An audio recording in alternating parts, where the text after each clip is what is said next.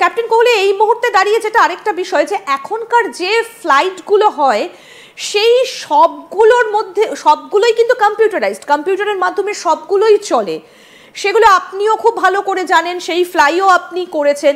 সুতরাং এই ধরনের ফ্লাইটগুলোকে কি হ্যাক করা পসিবল, বা কতটা সহজ? সাইবার অ্যাটাক করা কি খুব সহজ? Well, that technical part I don't know, but I don't think anybody will be able to hack. Because if there is any problem like that, I can always disconnect the autopilot, all the auto services, and take over manually. আচ্ছা, অর্থাৎ আপনি বলছেন যে manually এটাকে take over করে নিয়ে কিছু একটা করা যেতে পারে। কিন্তু এই যে এই একটা বোয়িং বিমান যেটা এত দূর ট্রাভেল করছে, সেটাকে ম্যানুয়ালি কি করে নেবে? তার সঙ্গে তো প্রত্যেকটা ট্রাফিকের সঙ্গে যোগাযোগ করতে করতে সে আরো হাই করবে। এটা কি পসিবল ম্যানুয়ালি ট্র্যাক করা? He doesn't have to continue on the flight. He will come back or land at the nearest airport if he has such a big problem. Because every pilot has safety in mind.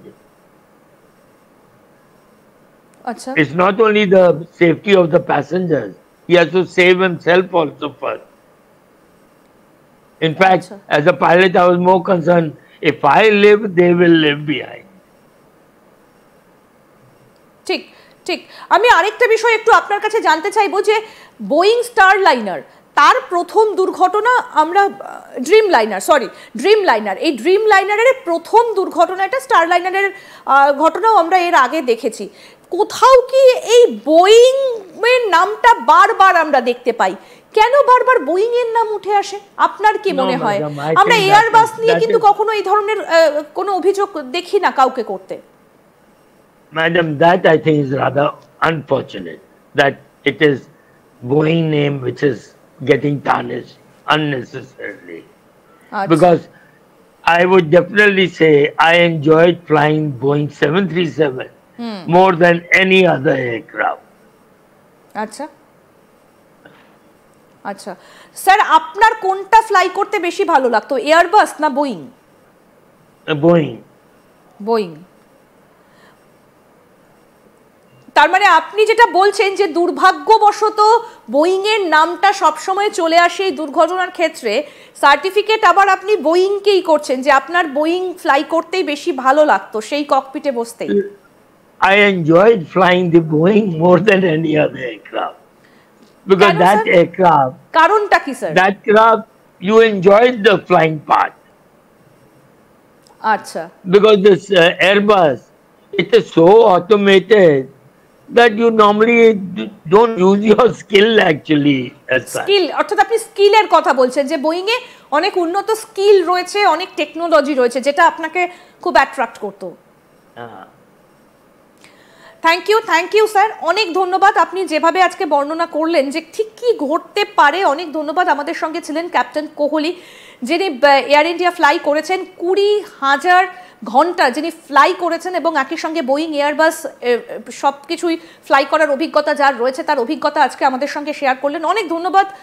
Captain Kohli আমাদের সঙ্গে ছিলেন। তবে তিনি কিন্তু একটা কথা ভীষণভাবে উল্লেখ করলেন, যে একটা হচ্ছে যে কতটা ক্যাপাসিটি নিয়ে সে ফ্লাই করতে পারে। মানে তিনি বলছেন যে রানওয়ে যত বড় হবে, টেম্পারেচার যত কম হবে, তত কিন্তু বেশি লোড বহন করতে পারে একটা বোয়িং।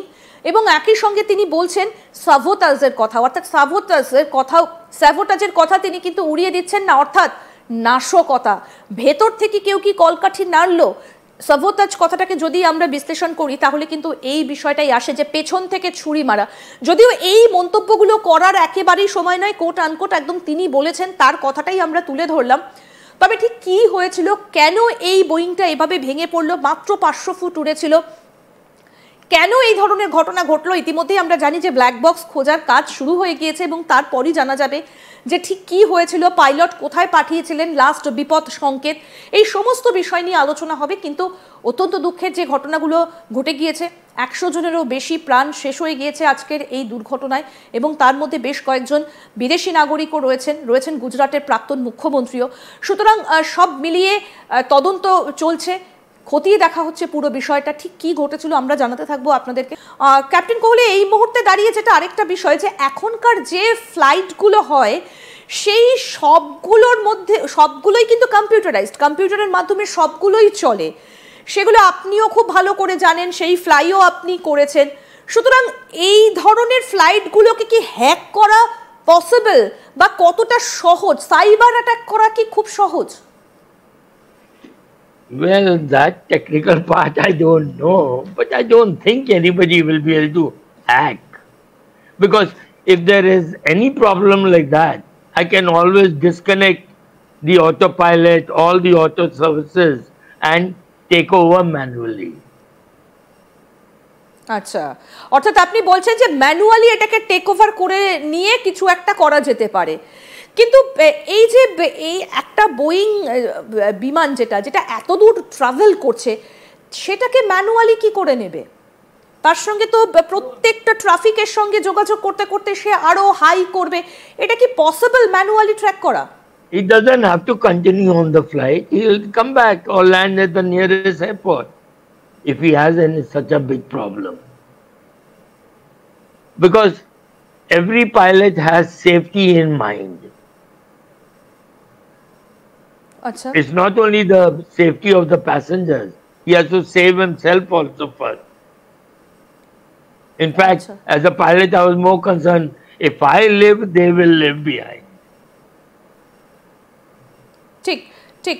আমি আরেকটা বিষয় একটু আপনার কাছে জানতে চাইবো যে বোয়িং স্টারলাইনার তার প্রথম দুর্ঘটনা আমরা ড্রিম লাইনার এই ড্রিম লাইনারের প্রথম দুর্ঘটনাটা স্টারলাইনারের ঘটনাও আমরা এর আগে দেখেছি। কোথাও কি এই বোয়িং এর নামটা বারবার আমরা দেখতে পাই, কেন বারবার বোয়িং এর নাম উঠে আসে আপনার কি মনে হয়? আমরা এয়ারবাস নিয়ে কিন্তু কখনো এই ধরনের কোনো অভিযোগ দেখি না কাউকে করতে। Madam, that I think is rather unfortunate, that it is Boeing name which is getting tarnished unnecessarily. Because I would definitely say I enjoyed flying Boeing 737 more than any other aircraft. আচ্ছা আচ্ছা sir, আপনার কোনটা fly করতে বেশি ভালো লাগতো, Airbus না Boeing? Boeing.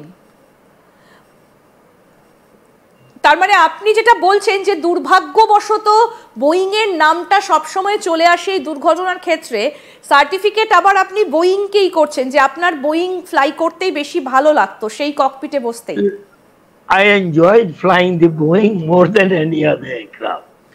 Because that aircraft, কারণটা কি sir? that craft, you enjoyed the flying part. আচ্ছা। Because this Airbus,